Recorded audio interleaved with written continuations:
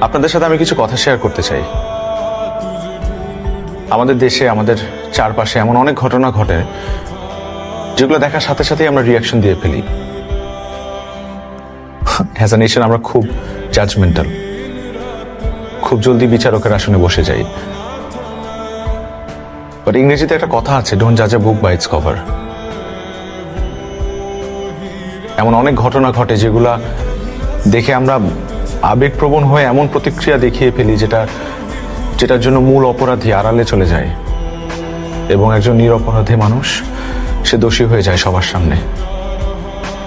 আমরা যেন অতি আবেগে বিচারকের আসনে বসে অগ্রিম রায় দিয়ে না ফেলি, একটু ধৈর্য ধরি। এই দেশটা আমাদের সবার। আমরা যদি চেষ্টা করি তাহলে এই দেশটাকে আরো অনেক দূরে নিয়ে যেতে পারবো।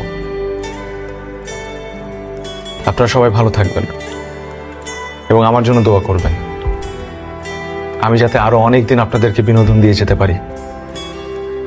Thank you. I love you all.